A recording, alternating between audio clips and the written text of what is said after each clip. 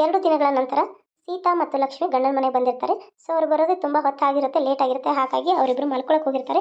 ಇಲ್ಲಿ ಅತ್ತೆ ಮಾವನ ಮಾತುಕತೆ ನಡೀತಾ ಇರುತ್ತೆ.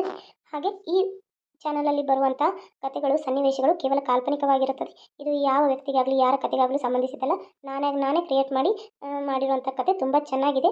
ಇದು ಯಾರ ಪಾತ್ರಕ್ಕೂ, ಯಾರ ವ್ಯಕ್ತಿಗೂ, ಯಾರ ಕಥೆಗೂ ಸಂಬಂಧಿಸಿದ್ದು ಅಂತ ಅಲ್ಲ. ನಿಮಗೆ ಇಷ್ಟ ಆದರೆ ಲೈಕ್ ಮಾಡಿ, ಶೇರ್ ಮಾಡಿ, ಸಬ್ಸ್ಕ್ರೈಬ್ ಮಾಡೋದನ್ನು ಮರಿಬೇಡಿ ಫ್ರೆಂಡ್ಸ್. ಹೆಚ್ಚೆಚ್ಚಾಗಿ ನನ್ನ ವಿಡಿಯೋನ ನೋಡಿ. ಕಥೆ ತುಂಬ ಚೆನ್ನಾಗಿದೆ, ತುಂಬ ಕಷ್ಟಪಟ್ಟು ಮಾಡಿರ್ತೀವಿ. ನೀವು ನೋಡೋದ್ರಿಂದ, ಒಂದು ಸಬ್ಸ್ಕ್ರೈಬು ಲೈಕ್ ಮಾಡೋದ್ರಿಂದ ನನಗೆ ಮೋಟಿವೇಶನ್ ಸಿಗುತ್ತೆ ಅಂತ ಹೇಳ್ತೀನಿ. ನನಗಿನ್ನೂ ಹೆಚ್ಚು ವಿಡಿಯೋಗಳನ್ನ ಮಾಡಬೇಕು, ಇವತ್ತಿಷ್ಟು ಮಾಡಿ ಹಾಕಬೇಕಪ್ಪ ಅನ್ನೋ ಆಸೆ ಆಗುತ್ತೆ.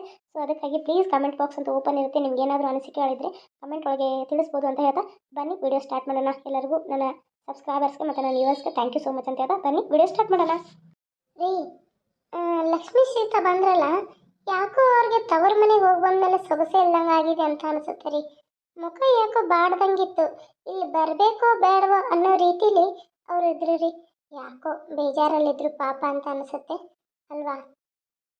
ನನಗೂ ಹಂಗೆ ಅನಿಸ್ತು. ಜಾಸ್ತಿ ಮಾತಾಡಲಿಲ್ಲ. ಆರಾಮಿದ್ದೀರಿ ಮಾಮ ಅಂದರು. ಸರಿ ಆರಾಮಿದ್ದೀವವ ಅಂದೆ ಅಷ್ಟೇ. ಆಮೇಲೆ ಅವರು ತಮ್ಮ ಕೆಲಸ ಮಾಡಿ ಪಾಪ ಮಲ್ಕಕ್ಕೆ ಹೋಗಿದ್ದಾರೆ. ಏನಾಗಿದೆ ಏನೋ ನನಗೂ ಗೊತ್ತಿಲ್ಲ. ಯಾಕೋ ನಮ್ಮ ರಾಜು ಕೂಡ ಸಪ್ಪಗಿದ್ದಾನಲ್ವೇ? ಹ್ಞೂ ರೀ, ಎಲ್ಲಿ ಗಂಡ ಹೆಂಡತಿ ಬರ್ದದಕ್ಕೆ ಜಗಳ ಮಾಡ್ಕೊಂಡಾರೋ ಏನೋ. ಅವನಂತೂ ಹೆಂಡತಿ ಬಿಟ್ಟಿರಲ್ಲ. ಏನಮ್ಮ, ನೋಡೋಣ, ನಾಳೆ ಬೆಳಿಗ್ಗೆ ಗೊತ್ತಾಗುತ್ತಲ್ಲ. ಸರಿ, ನನಗೂ ನಿದ್ದೆ ಬರ್ತಾ ಇದೆ, ಮಕ್ಕಳೋಣ. ಹ್ಞೂ ರೀ. ಆಮೇಲೆ ರೂಪನ್ಗೆ ಒಂದು ಕಾಲ್ ಮಾಡಿದ್ರೇನ್ರಿ? ಇಲ್ಲಮ್ಮ, ನಾನು ಮಾಡಿಲ್ಲ. ಕೆಲಸಕ್ಕೆ ಹೋಗಿ ಬಂದು ಸುಸ್ತಾಯ್ತಲ್ಲ, ಮಲ್ಕೊಂಬಿಟ್ಟೆವನ್ನ ಅಂತ ಅನಿಸ್ತದೆ. ಅದಕ್ಕಾಗಿ ಫೋನ್ ಮಾಡಿಲ್ಲ. ನೀವು ಮಾಡಬೇಕಲ್ಲೋ, ಖಾಲಿ ಇರುತ್ತೆ ಮನೇಲಿ. ನಾನು ಮಾಡಿದ್ದೆ ರೀ, ನಾನು ಬಿಟ್ಟಿಲ್ಲ. ಅಪ್ಪ ಫೋನೇ ಮಾಡಿಲ್ಲ ಅಂತ ಇದ್ಲು, ಅದಕ್ಕೆ ಹೇಳಿದೆ. ಅಮ್ಮೋರಿ, ಹೇಳಮ್ಮ. ಅಮ್ಮೋರಿ, ಎಲ್ಲ ಕೆಲಸ ಮುಗಿಸಿದ್ದೀನಿ. ಪಾತ್ರೆ ಎಲ್ಲ ತೊಳೆದು ಮನೆಯೆಲ್ಲ ಒರೆಸಿದ್ದೀನಿ. ಇನ್ನು ಬೆಳಗ್ಗೆ ಬಂದು ಅಡುಗೆ ಮಾಡ್ತೀನಿ. ಒಂದು ಸ್ವಲ್ಪ ನನ್ನ ಮಗನಿಗೆ ಹುಷಾರಿಲ್ಲ. ನಾನು ಹೋಗ್ಲಾ ಅಮ್ಮೋರೆ? ಹೋಗು. ಅದಕ್ಕೇನು ಪರ್ಮಿಷನ್ ತೊಗೋಬೇಕಾ? ಅಲ್ಲ, ನೀನೆಲ್ಲ ನೀಟಾಗಿ ಮಾಡ್ತೀಯ. ಇಷ್ಟು ಮನೆ, ನಮ್ಮ ಮನೆ ನೀಟಾಗಿರ್ಬೇಕಂದ್ರೆ ಅದಕ್ಕೆ ನೀನೇ ಕಾರಣ. ಅಂಥದ್ರಲ್ಲಿ ನಿನ್ನಕ್ಕೆ ನಾನು ಇಲ್ಲ ಅಂತೀನ? ನೀನು ಈ ರೀತಿ ನಾನು ಪರ್ಮಿಷನ್ ತೊಗೋಬೇಕಾಗಿಲ್ಲ. ಆದರೂ ನೀನು ಕೇಳ್ತಾ ಇದೆಯಾ ಅಂದರೆ ಅದು ನೀನು ಒಳ್ಳೆ ಗುಣ. ಹೋಗ್ಬಾ. ನಾಳೆ ಬೆಳಗ್ಗೆ ಸ್ವಲ್ಪ ಬೇಗ ಬಂದ್ಬಿಡು. ಸ್ವಸ್ತಿರು ಬಂದಿದ್ದಾರೆ. ಅವ್ರು ಬಂದಾಗ ಕೆಲಸದವ್ರು ಇಲ್ಲ ಅಂತಂದರೆ ಪಾಪ ಅವಳಿಗೆ ಬೇಜಾರು ಅನಿಸುತ್ತೆ. ಯಾಕೋ ಅವ್ರಿಗೂ ಹುಷಾರಿಲ್ಲ ಅಂತ ಅನಿಸುತ್ತೆ.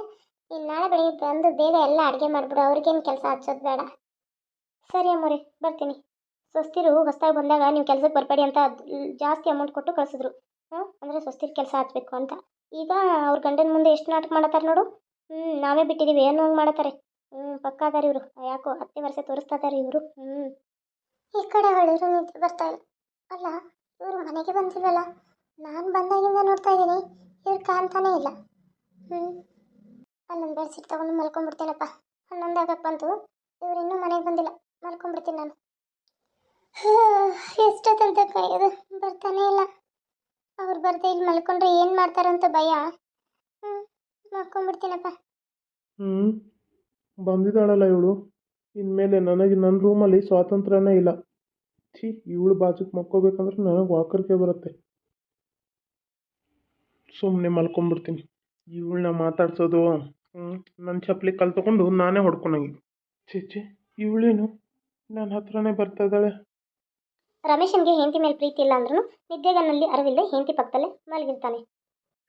ನನ್ನ ಡಾರ್ಲಿಂಗ್ ಬಂದುಬಿಟ್ಟಿದ್ದಾಳೆ. ನನಗಂತೂ ಅವಳು ಬಂದೋದಕ್ಕೆ ಇಷ್ಟು ಖುಷಿ ಆಗ್ತಾ ಇದೆ. ಅವಳನ್ನೇ ನೋಡ್ತಾ ಇರಬೇಕು. ಅವಳನ್ನ ಬಿಟ್ಟು ಇರೋಕ್ಕಾಗಲ್ಲ. ಅಂಥದ್ರಲ್ಲಿ ಈಗ ಬೇರೆ ಚಳಿಗಾಲ. ಅವಳ ಜೊತೆ ಇದ್ದರೆ ಇನ್ನೂ ನಾನು ಹಾಟಾಗಿರ್ತೀನಿ. ಸೀತಾ, ಏನಪ್ಪ, ಏನು ಯೋಚನೆ ಮಾಡ್ತಾ ಇದ್ದಾಳೆ ಇವಳು? ಯಾಕೋ ಫೋನಲ್ಲೂ ಬೇಜಾರಂಗೆ ಇದ್ಲು. ನೋಡೋಣ, ಮಾತಾಡಿಸ್ತೀನಿ ಹೋಗಿ. ಇದನ್ನ ಇಲ್ಲೇ ಇಡ್ತೀನಿ. ಅವಳಿಗೆ ಸರ್ಪ್ರೈಸ್ ಆಗಿ ಕೊಡಬೇಕು. ಸೀತಾ ರೀ, ನಿಮ್ಮನ್ನು ನೋಡಿ ಭಾಳ ಖುಷಿ ಆಯ್ತು ರೀ ನನಗೆ. ಎಲ್ಲಿ ಹೋಗಿದ್ರಿ? ನಾನು ಬಂದಾಗಿಂದ ನೀವು ಇರಲೇ ಇಲ್ಲ. ಅದಕ್ಕೆ ನಂಗೆ ಬೇಜಾರಾಗಿತ್ತು ಗೊತ್ತಾ? ಅಯ್ಯೋ ಚಿನ್ನ, ನಾನು ನಿನಗೊಂದು ಸರ್ಪ್ರೈಸ್ ತರಕ್ಕೆ ಹೋಗಿದ್ದೆ. ಸರಿ, ನಿನಗೇನೋ ಸರ್ಪ್ರೈಸ್ ತಂದಿದ್ದೀನಿ. ನಿನ್ನ ಕಣ್ಣು ಮುಚ್ಚಿ ಕೊಡ್ತೀನಿ. ಏನು ಸರ್ಪ್ರೈಸು ಬೇಡ ನಂಗೆ. ನೀವು ಬಂದ್ರಲ್ಲ ಅದೇ ಸರ್ಪ್ರೈಸು. ನಿಮ್ಮನ್ನು ಬಿಟ್ಟು ನನಗೂ ಒಂದು ಕ್ಷಣನೂ ಇರೋಕ್ಕಾಗ್ತಾ ಇರಲಿಲ್ಲ ಗೊತ್ತಾ? I miss you lot. ನಿಮ್ಮ ಪ್ರೀತಿನ ಕಳ್ಕೊಂಡು ಇಷ್ಟು ದಿನ ಆಗಿತ್ತು ಅಂತ ಅನಿಸ್ಬಿಟ್ಟಿತ್ತು ನಂಗೆ ಗೊತ್ತಾ? ಒಂದು ಕ್ಷಣನೂ ನಿಮ್ಮನ್ನು ಬಿಟ್ಟಿರೋಕ್ಕಾಗಲ್ಲಪ್ಪ ನನಗೆ. ಅಷ್ಟೊಂದು ಹಚ್ಕೊಂಡ್ಬಿಟ್ಟಿದ್ದೀನಿ ನಿಮ್ಮನ್ನು.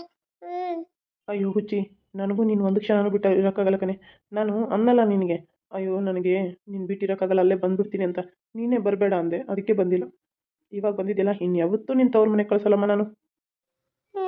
ನಾನು ಇನ್ಯಾವತ್ತೂ ಹೋಗಲ್ಲ. ಬೇಕಾದರೆ ಅಮ್ಮ ಅಪ್ಪನ್ನ ಇಲ್ಲೇ ಬರೋಕ್ಕೆ ಹೇಳ್ತೀನಿ ಹೊರತು ನಾನು ಮಾತ್ರ ಹೋಗಲ್ಲಪ್ಪ.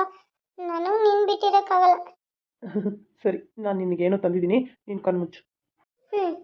ಆ ಕಡೆ ಬಳ್ಳು. ಏನ್ರಿ ಹೂವು ತಂದಿದ್ದೀರಾ? ನೀನು ಸುಮ್ಮನೆ ಕಣ್ಮುಚ್ಕೊಂಡು ಕೂತ್ಕೊಂಡ್ರೆ ಸರಿ, ಇಲ್ಲಾಂದರೆ ನನ್ನ ಜೊತೆ ಮಾತಾಡಲ್ಲ. ಸರಿಪ್ಪ. ರೀ ಬೀಗ್ಲಾ ಕಣ್ಣು ಎಷ್ಟೊತ್ತದು? ಅದೇನು ಹಾಕ್ತಾ ಇದ್ದೀರಪ್ಪ ಕತ್ತಲ್ಲಿ, ಏನು ತಂದಿದ್ದೀರಾ? ಹ್ಞೂ ಕಣಮ್ಮ, ಕಣ್ಬಿಟ್ಟು ನೋಡು. Wow, so cute diamond necklace. ನಂಗೆ ತುಂಬ ಇಷ್ಟ ಆಯಿತು ರೀ, ತುಂಬ ಇಷ್ಟ ಆಯಿತು. ಇಷ್ಟು ಚೆನ್ನಾಗಿದೆಯಾ ರೀ? ನನಗೆ ಈ ನೆಕ್ಲೆಸ್ಸು ತುಂಬ ಇಷ್ಟ ಆಯಿತು ರೀ. ನಿನ್ನ ಕತ್ತಲಿದ್ದು ಎಷ್ಟು ಚೆನ್ನಾಗಿ ಕಾಣ್ತಾ ಇದೆ ಅಂತ, ಬ್ಯೂಟಿಫುಲ್ಲಾಗಿ ಕಾಣ್ತಾ ಇದೆ. ಅಲ್ಲ, ಇದು ಅಪ್ಸರೆ ಥರ ಕಾಣ್ತಾ ಇದೆಯಾ. ನಿನಗೆ ಇನ್ನೊಂದು ಏನೋ ತಂದಿದ್ದೀನಿ, ಕೊಡ್ತೀನಿ ಇರು. ಇನ್ನೊಂದು ಅದೇನೇನು ತರ್ತಾ ಇದ್ದೀರಪ್ಪ ನೀವು? 2 ದಿನ ನಾನು ಕಾಣಲಿಲ್ಲ ಅಂತ ಇಷ್ಟೊಂದು ಗಿಫ್ಟಾ? ನಾನೇನು ಕೊಡಲಿಲ್ಲ ನಿಮಗೆ, ಕೊಡೋಕೆ ನಾನು ಅದರ ದುಡ್ಡು ಇಲ್ಲ. ಇಸ್ಕೊಂಡ್ರೆ ನಿಮ್ಮ ಹತ್ರ ಇಸ್ಕೋಬೇಕು, ನಿಮಗೆ ಕೊಡಬೇಕು, ಅದಕ್ಕೆ ಇಸ್ಕೊಂಡಿಲ್ಲ ನಾನು. ನನಗೇನು ಬೇಡ, ನಿನಗೇನು ತಂದಿದ್ದೀನಿ ನೋಡು. ವಾವ್, ಚಾಕ್ಲೇಟು ರೀ. ನಂಗೆ ಚಾಕ್ಲೇಟ್ ತುಂಬ ಇಷ್ಟ ರೀ, ತುಂಬ ಇಷ್ಟ. ಅದು ಹಾರ್ಟ್ ಶೇಪಲ್ಲಿದೆ. So I like you I like you so much.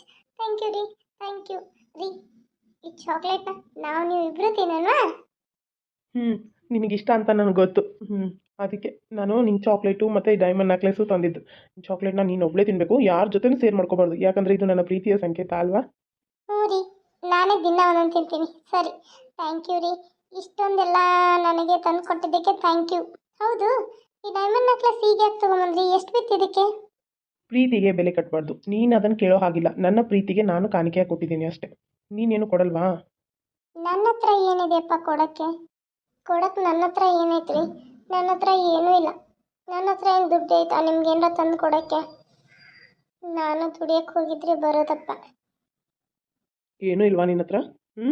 ನೀನು ಕೊಟ್ಟರೆ ಸಾಕು, ನಾನು ಏನು ಬೇಡ, ಅಷ್ಟೊಂದು ಖುಷಿ ಪಡ್ತೀನಿ. ಯಾವ ವಸ್ತು ಕೊಡಮ್ಮ. ಏನು? ನನ್ನ ಹತ್ರ ಏನಿದೆಯಪ್ಪ ಅಂಥದ್ದು? ನೀನು ನನಗೇನು ಕೊಡ್ತೀಯಾ ಡೈಲಿ ಇಲ್ಲಿದ್ದಾಗ? ನಾನು ಖುಷಿ ಭಾಳ ಪಡ್ತಿದ್ದೆ ನೋಡು. ಛೀ, ಹೋಗಿಪ್ಪ. ಛೀ ಹೋಗಿನಾ? ನಾನು ನಿನ್ನ ಗಂಡ ಕಣೆ. ಈ ರೀತಿ ಗಂಡ ಹೆಂಡತಿ ಪ್ರೀತಿಯಾಗಿ ಇರ್ತಾರೆ ಸೀತನ ಗಂಡ.